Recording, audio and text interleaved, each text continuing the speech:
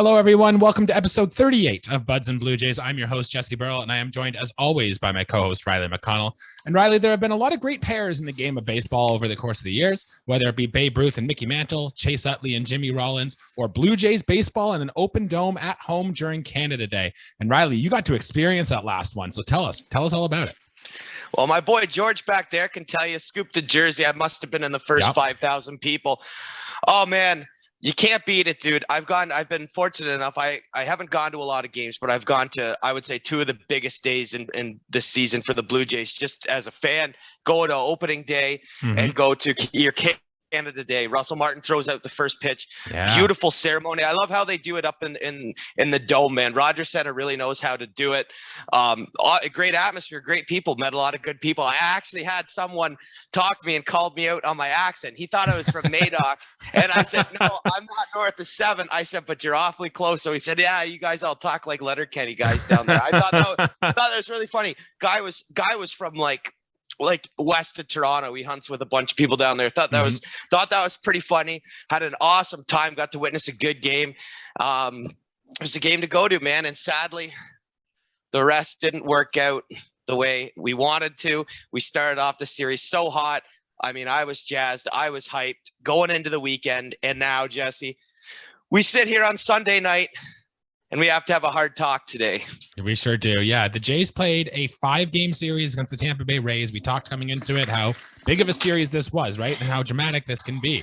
If we do well in this series, the Jays are in a good spot. If we don't, we could be in a tough spot. And that's kind of what happened. In the 5 games, we ended up losing 3 out of the 5. So we won the first 2, we lost the last 3, and we lost the 3 pretty badly, to be honest, too. The Blue Jays record now stands at 44-36. We're 14 games back of the Yankees. We're in the second wild card spot now. So we're half a game behind Boston and only half a game up on the Rays. So like you said before the show, we're in a dogfight here. This is going to be tough. And that's just going to make these series even more important going a little forward here. Oh, it was so important, dude. It sucked to lose this one, dude. And we didn't walk out of it unscathed, as we'll get into the show. It was just, it's hard to watch baseball like that going on right now. Like I said, we won our first 2 walking into the weekend, and then we lost the next 3, very convincingly. And it was on account of, the doubleheader really took its toll on us. And then today, you know what, Jesse? I don't really know what happened. Shane Baz was throwing his good stuff, and we just couldn't hit him. Our lineup couldn't hit him, and that's pretty much what that is. Yeah, quick recap of what happened in the games here. In game 1, the Jays actually won this one 4-1. We got a strong backup start from my guy, Yusei Kikuchi. Needed that. We got a pair of 2-run home runs in this one, which is all the offense the Jays needed. One by Teoscar Hernandez, one by Santiago Espinal. Trent Thornton and David Phelps had bounce-back outings in this one, and Adam Simber got the save with Romano kind of unavailable after pitching 40 pitches over the 2 days prior. Game 2, the Jays kept things rolling. They won that one 9-2. That was the Canada Day game you were in attendance for. Jays hit 5 doubles in a 5-run third inning. Lourdes Gurriel Jr. had a home run and 3 hits. Jose Berrios gave up 9 base runners in his 5 innings pitch, but was able to limit the damage. So we'll take that from Berrios. And the Jays win on Canada Day, which was more important. Game 3 was game 1 of the doubleheader, and this is where things kind of went bad for the Jays here. Kevin Gausman left this game after taking a liner to the ankle in the 2nd inning. We'll talk about that a little bit more later here. Shane McClanahan was just dynamite. Guy's going to win a Cy Young Award here. He shut down this Blue Jays offense over 7. And Casey Lawrence pitched 5 2/3 innings in relief. They kind of threw him out there, left him out to dry as they just needed somebody to go. Game 2 of the doubleheader, it got worse. Jays lose this game 11-5. Thomas Hatch's spot start did not go well. 10 earned runs in 4 2/3 innings. Vladdy and Bradley Zimmer went deep in this one. We had multi-hit games from Espinal, Bo, Biggio, and Teo. And the bullpen was good after Thomas Hatch left the game. 4 1/3 innings pitched, 2 hits, 1 earned run, 1 walk, 7 Ks. And the game that happened this afternoon, the rubber match per se that could have decided the series, the Jays lost that one 7-3. Jays were in a battle until Tampa scored 6 in the top of the 5th, and ever since that happened, the Jays weren't coming back. They made a fight of it in the 8th and 9th, but it was over. Vladdy did have a 3-hit game, though, to make things a little better. So that's how we stand after the 5 games there. Riley, before we get into our thumbs up and thumbs down, any major takeaways to take away from that? Oh, man. Again, people at home might have to rewind and listen to what you just said. That's a lot of baseball happened, dude. My biggest takeaway, dude, is the first game of that doubleheader was when things started to go downhill, man. And it was weird today, man. Like G-Man Choi and another guy, like whatever the big inning Tampa had today, really destroyed us, and the series was donezo at that point. I mean, that's when I stopped watching, to be honest with you, because I knew the way we had played yesterday, and we were fatigued, we were drained, we were done. It was tough, man. It was tough. I wish it would have went like it did in the first 2 games. And biggest takeaway of this, Kevin Gausman right now is we don't know what's going on with him. To me, this sounds like a 15-day IL trip, which is very concerning. I mean, it might be one of these things. And yeah, you see it. If he goes there, I'm pressing this. I've already been pressing it right now. So that's the panic button, man. We're in big trouble, and it starts with pitching, man. Yeah, let's get into that Kevin Gausman injury here, because this is probably the big takeaway here that's going to happen. I don't know about you, but when I saw him get hit by that line drive there, I started having Roy Halladay, Kevin Mensch flashbacks. Like, I thought, I was terrified. I was like, oh no, the Blue Jay season is going to take a free fall after losing Kevin Gausman here. For whatever it's worth, initial reports that the x-rays came back negative, so that's positive. And there's hope he avoided something very serious. Now, I'm kind of with you. I feel like he might have to spend some time, whether it's on the A or the N or the IL, whether he might have to do that for a little bit of time. But the Jays seem optimistic. He's going to take the flight out to the West Coast to see how things better. As of now, he's still penciled in to start the first game in Seattle. We'll see how that goes, and things change. Maybe they bump him back a little bit or two, but yeah, it seems like Kevin Gausman has avoided something serious, which is big. And like I said, and we're going to talk about pitching more in this episode, but we're going to need Kevin Gausman if this team is going to be anywhere close to how successful we want them to be. Absolutely, dude. It all starts with pitching. Jesse, and without further ado, let's talk a little. I mean, for once, this is going to be mostly based on pitching. The thumbs up, the thumbs down. You get 5 games of crazy scores. It's going to be about pitching, man. And let's start with your guy, the jersey on your wall. Yusei Kikuchi had a great start, and I absolutely loved it, dude. I actually watched that game. I watched part of it on the Sportsnet broadcast, and it was the YouTube game of the week, actually, too, which I gave it a try. I don't really like it though. They're trying to pull in different fans, I think, with what they're saying in the games. Teoscar ended up getting voted player of the game, but my player of the game was definitely Yusei Kikuchi. He only threw 6 innings. Yep. Struck out 8 though. He looked fantastic, man. He looked fantastic. I would have gave him my vote. Hey, Teoscar had a big game too, but to get that from Yusei Kikuchi that's a start that really needed. That was great, man. I'm giving my first thumbs up to Yusei Kikuchi. Wasn't in direct fashion. He didn't go out and get double-digit Ks. He didn't pitch 8 innings, but he did what he had to do, and he bounced back, man, because we've been bashing him quite a bit, but nothing to bash about in that start against the Rays, dude. Yeah, 6 innings pitched, 4 hits, 1 earned run, 1 walk, 8 Ks. That stat line looks pretty good. And he actually brought the cutter back in this one, which is a pitch we saw him kind of abandon for a while there. So he had it at the start of the year, then he got rid of it, and now he's brought it back in this start. So maybe Tampa Bay Rays just were thinking he was done throwing it, so maybe took him by surprise when he caught him back. So we'll see how the league adjusts in his next outing. He still wasn't attacking with the fastball as much as this pitch mix goes. He threw his fastball 42% of the time, the cutter 24, the changeup 21, and the slider 13% of the time. So a true 4-pitch mix for Yusei Kikuchi in this start. And if he's throwing strikes with these pitches, it could be good. Now, I don't want to say the cutter is all the way back because he did give up 1 home run. That pitch was on his cutter, and he also gave up another really hard line drive on the cutter. But I think it's something that Yusei Kikuchi is trying to tinker, and he did have results with it in this start here. So let's see how he does that going forward. I'm not saying Kikuchi's back yet, but definitely progress in the right direction.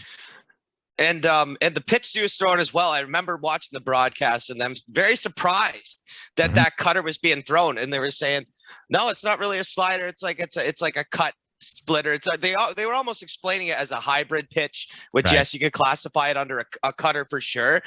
But yeah, it looked good. He did give up a tater off it, but I mean, Kikuchi's not a guy who's exactly going to paint the zone every time. I mean, he's going to have some misses, but for what we needed him to do, he was pretty spot on. Yeah, Charlie Montoyo gave him a pat on the back. The teammates seemed to really stick behind Kikuchi, and it was good that he was able to stick with it and keep it going forward. We'll need Kikuchi to be good as we continue here. I guess, do you want to go to another thumbs down here, or should we stick with the positives? Or we're having good vibes right now? Because if we're going positives, I think we need to talk about the season that Kevin Biggio was having, or even this series.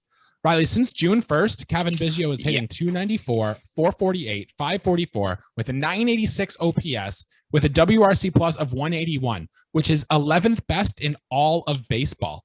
And for reference, Lourdes Gurriel Jr. is actually 13th in baseball since June 1st, and Alejandro Kirk is 2nd in baseball, only behind Yordan Alvarez. So 3 Blue Jays hitters right there who have all been phenomenal. This is the best we've seen of Cavan Biggio in his career. And like the left-handed bat is kind of what we needed because we don't have a ton of those. And the positional versatility he gives us is huge. And hitting 9th in the order with that OBP skills that he has is amazing, especially with Springer, Bo, and Vlad hitting behind him. If he can turn that lineup over and get on base, the Blue Jays offense is going to be that much better if Cavan Biggio is hitting like this.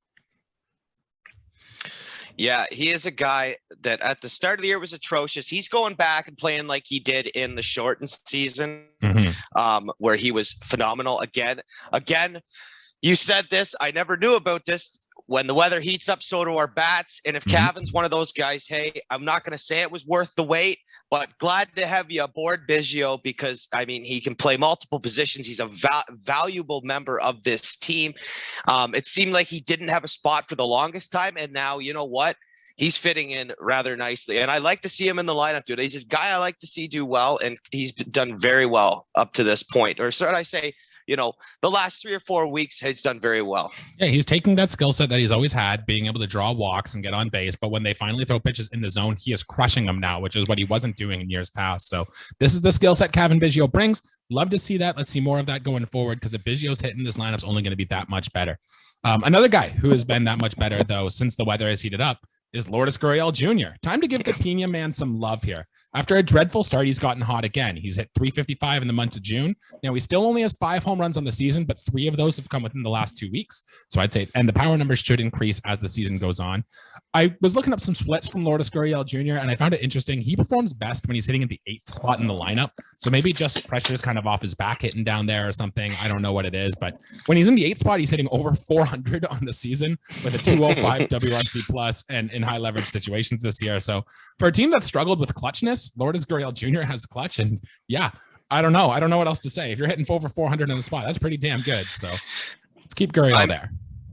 Might be Jesse. He might be one of the weirdest baseball players in history. I mean, the guy is the best hitter with the bases loaded, and he's batting double cleanup. I mean, talk about driving in runs. Like, oh yeah, the 5, 6, and 7 guys are all on base. You know, thank God we got Lourdes. He's hitting 487, batting 8th this year. 404th is that what I think it actually is, but something ridiculous.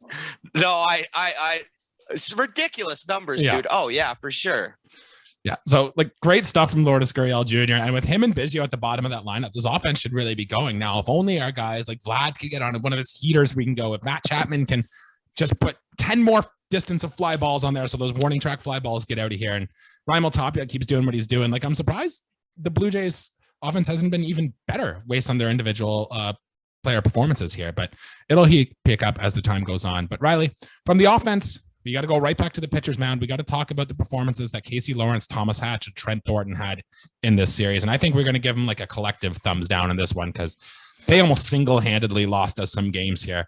And I want to talk a little bit about the Blue Jays pitching depth, because Thomas Hatch is not the same guy we saw in the COVID 2020 season where he had a 2.73 ERA. Like, he's not that guy.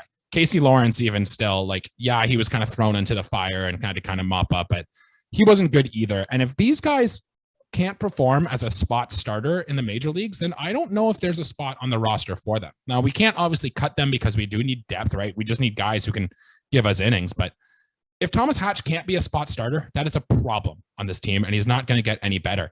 And like with Hyunjin Ryu already done for the season, Ross Stripling's had to be into the rotation full time. Nate Pearson's battling injuries and isn't even throwing anymore. This Blue Jays team is suddenly lacking real pitching depth, and I think it's a problem going forward. If Berrios keeps struggling, if Kikuchi is just a flash in the pan and he keeps struggling, this Blue Jays team is going to sink if we don't get the right arms in here. So, Riley, what are we going to do about this? Man, I really don't know, man. If we had guys in our system, I would say send them up.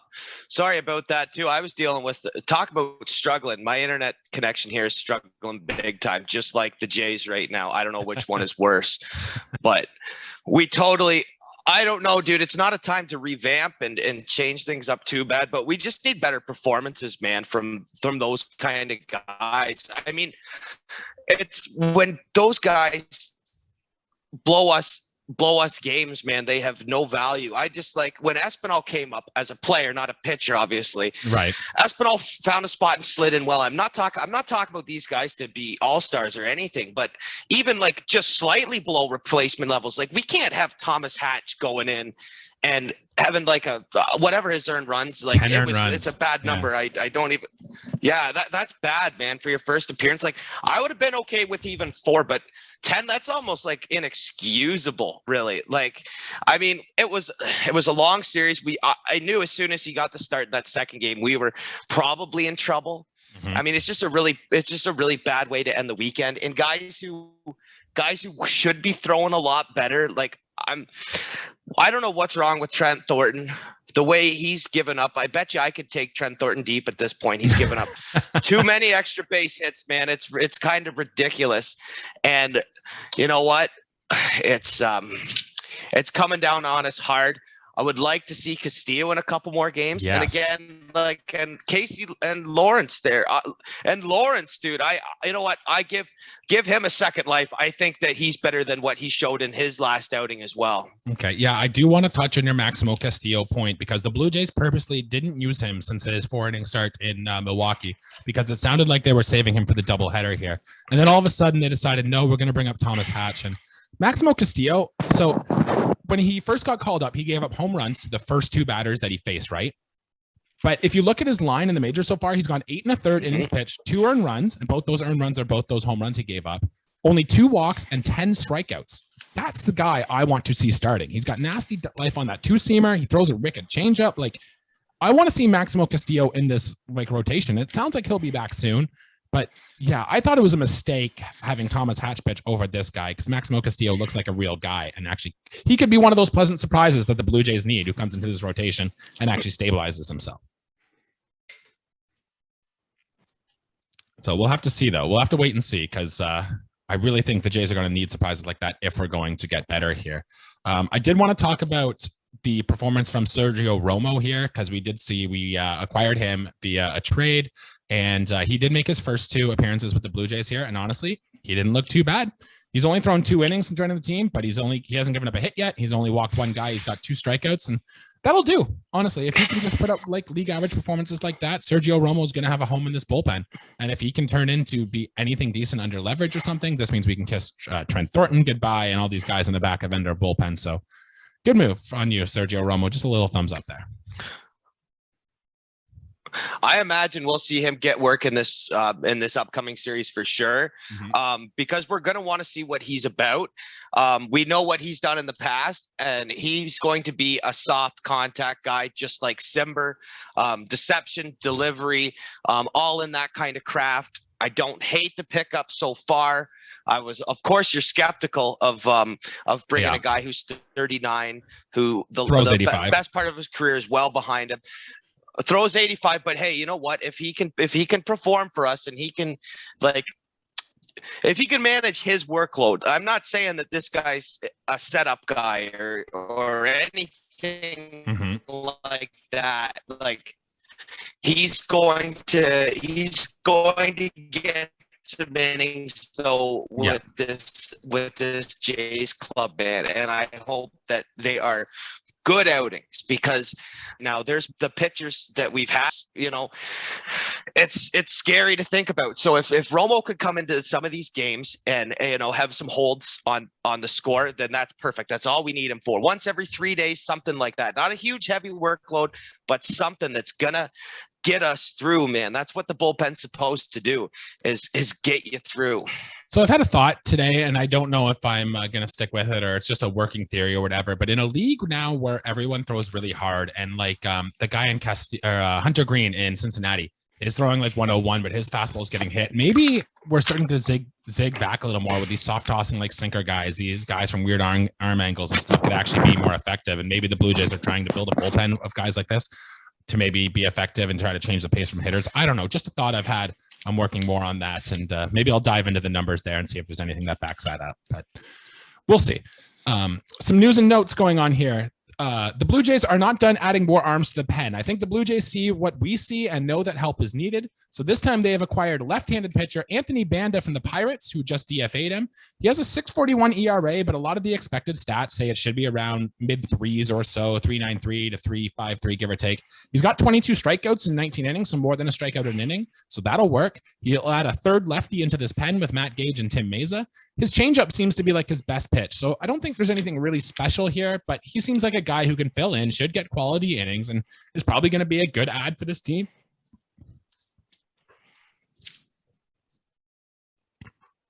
Anything to add on Banda there, Riley? Yeah, I think that it's a good move. I like that quite a bit. Like, I don't hate the Romo thing, like I said, but I think adding Banda is a smart. It never hurts to have those lefties in your pen, of course. Especially with the way our pitchers are going right now. He's got options, I'm sure, too. Yeah. Or no, he doesn't. That's why he was DFA'd. Well, I can solve that in 2 seconds. We'll see how we'll see how the experiment goes with them. I mean, we're trying things. At least our front office is trying to add bullpen, and it's smart to add pitchers. Our hitters are doing just fine. This is our area that needs work. So at least we're trying some people out here. We're going to give it a go. We'll see how it goes. Yeah, he doesn't have any minor league options, so the Jays are going to have to keep him on the roster. But with the shape of this bullpen, I do not think that that's going to be a problem. So, we're going to get a good look at Anthony Banda, and hopefully he can be one of these guys. The Blue Jays are throwing darts at a dartboard right now, and we're trying to find one that sticks. So let's see if Anthony Banda can be that guy. We got one with Matt Gage. We got a real guy there. So let's see if this one can be that too. More news and notes. Adrian Hernandez, who has been pitching well in Buffalo, I think we called for him to come up on one of these games. It hasn't pitched in 10 days and is now on the IL. So he probably won't be a bullpen option for this team for a while. Trevor Richards began his rehab assignment, and I actually think he's back with the roster. I think he pitched in the game today. So Trevor Richards is back. He gave up a hit and a walk. So not really the best from Trevor Richards, more of the same that we saw when he was on this team prior. Maximo Castillo, like we said, was sent down to get Thomas Hatch on the roster, but I would expect he'll be back up soon. And Bradley Zimmer hit a home run this series. I figured that was big. That was noteworthy. We should probably put that in our news and notes section here because there was a stretch in the year where he hit a home run into the Crawford boxes off Justin Verlander, and then he had a ton of infield hits. So, hey, Bradley Zimmer, and his home run too, if you saw it down the right field line, he crushed it. So, good for Bradley Zimmer. And then he hit one to the warning track, dude. I was actually very surprised. Zimmer's one of those lanky guys that if he gets his arm around, and it's almost like his swing on the home run, it's almost like he didn't even like fully follow through. It was just a well hit ball. Mm-hmm. Like an out infield hits. You know who also has a lot of infield hits is Kirk. Yeah, which is hilarious. Slowest guy on the team. Yeah, man. When I at that game, Parati's was hard to get to a ball. I don't think it was an air. He lagged it out. But just the way baseball goes, if you just say who was leading the Jays in infield hits, I would have said Zimmer. But I Tapia, do believe maybe, right? Or Tapia, yeah. But nope, it's got to be it's got to be all starting catcher for the American League All-Stars, Alejandro Kirk. Yeah, Riley, it only took us 25 minutes into the show, but we finally mentioned Alejandro Kirk in this episode, which is well, he did good in the series too. Yeah, you know what? And next week we'll talk about him, or the next episode, because we thought we talked about Zimmer more than we talked about Kirk. I think that's fine because Kirk's got a lot of screen time with us, and for good reasons too. Absolutely. A bit of a somber note here. Blue Jays coach Mark Budzinski is leaving for personal reasons. I'm sure if you're a Blue Jays fan, you saw this. I don't have a lot to say. We don't want to speculate. But yeah, he got some very bad news. The look on Charlie's face when he had to deliver it was terrible. And I don't really want to talk about it too much here, but you can look it up and see what happened. And I just want to say our hearts are with you, Mark Budzinski. What you're going through is very tough, and I wouldn't wish it on anyone. So I hope you can bounce back from this and you're okay, because that's going to be tough. Yeah, very, very sad to hear. Thoughts and prayers with the Budzinski family. Take the time away from the game that you need. Of course, you've been a part of the Jays family. I think this is his fourth or fifth year with the club. So not a new guy. I mean, well-respected guy around the clubhouse, things like that. You just, life happens in the worst ways, Jesse. Yep, and, sure our hearts were with him and his family right now. Yeah. Well, here we go, Riley. We won the Boston series. We lost the Tampa series. The Jays are we've gained no ground and we've lost no ground since we've done that big homestand. So now the Blue Jays are packing up. They're not on a plane. We're going to the West Coast. We're going to play your Oakland A's. So on paper, the Jays should be good. And on paper, the Oakland A's are pretty bad. So, but we know baseball isn't played on paper. So Riley, is this team going to have some jet lag? Are we going to struggle with Oakland? You're the big Oakland guy. Tell us, how are we going to do in this series against Oakland? Yeah. I could have a second show where I just talk about the Oakland Athletics. Another team I like, again, like I'm a Jays fan because I'm Canadian, but I'm a fan of baseball first. That's where the love of the game lies. Yeah. Jesse, I'm a little bit scared. We got a 3-hour time difference. We just played 5 games in 4 days. No rest. That's really tough, especially coming on 3 losses in a row, man. My thought is right now that we basically second inning at the Coliseum, like we got to put up 7 or 8 runs. Like we need to set the tone. We need to just demolish baseballs into the seats, dude. We cannot get behind the A's in this series. We have to be all over their starting pitching, which I imagine if they're not throwing Montes or Blackburn, like it's a chance. That's a game that we can score double-digit runs. Oakland's got sneaky good players. I don't know how they've been able to win as many games as they have. They're not as big of a dumpster fire with their record right now. I don't know what it is off the top, but they've been holding on pretty well. And right now, I would classify us as a beaten, battered team coming out of the weekend. So we need to go to California and set up shop in the Coliseum and win this series. And I'm saying win it convincingly, whether that be a sweep or winning 2 out of 3, but putting up some bomb numbers, man. So the Oakland Athletics have actually struggled quite a bit recently. They're 26-55. They're 26.5 out in the AL West. And in fact, looking just at win totals, they are dead last in all of baseball. So, boy, the Blue Jays needed a bad team like this, but we kind of need, like what Kevin Gausman gave us in that first game of the Red Sox. We need that FU game from Alek Manoah, who's going to start game 1 here. It'll be him against Cole Irvin, and game 2 will be Kikuchi against Adrian Martinez, who I can safely say I've never heard of. Game 3 will be Jose Berrios against James Kaprielian.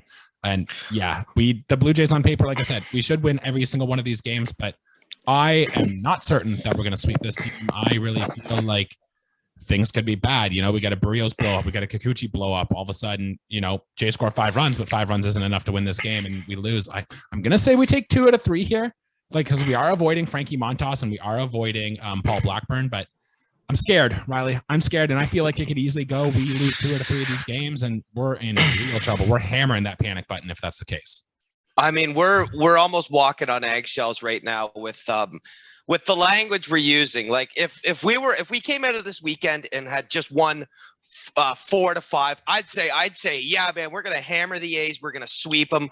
But right now, I'm just a little skeptical of what's going to happen. I'm going in very cautious to this Monday matchup because of the way the weekend went. And I'm a firm believer in hot and cold streaks in baseball and how things go. Yeah, momentum. Right. Momentum, things like that. I'm not saying that there's cold players specifically. I feel like just the mood right now is a lower mood.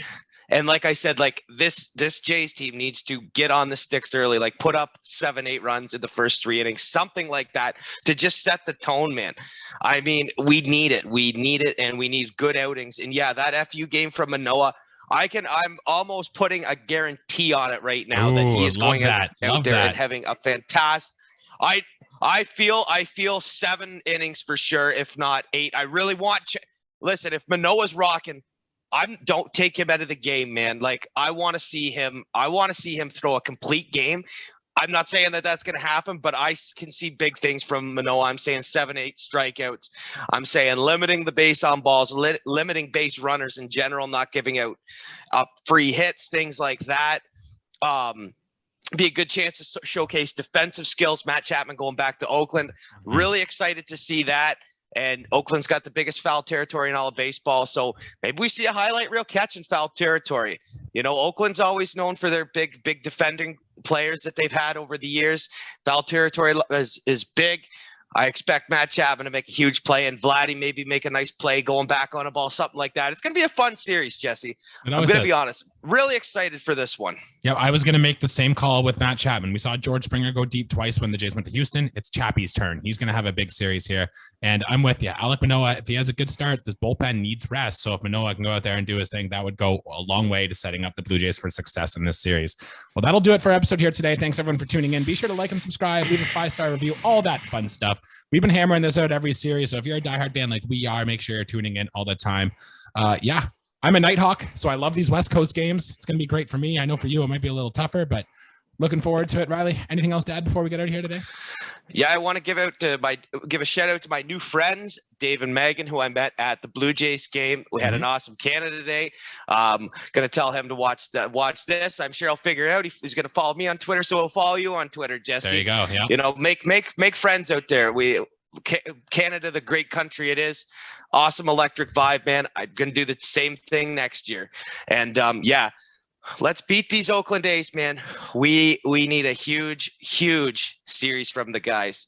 Watch my boy Chapman come in clutch. And like I said, man, I will kind of put a patent on it and call it that I think Manoah's going to have a huge outing, dude. He's almost due for it. He's due for it every time he goes and takes the bump. But yeah, really I feel like he's going to do some things, man. This is going to be a good series. Well, good stuff. We'll be watching. I know you'll be watching too. We'll see you around, everyone. Have a good night. Thanks, guys.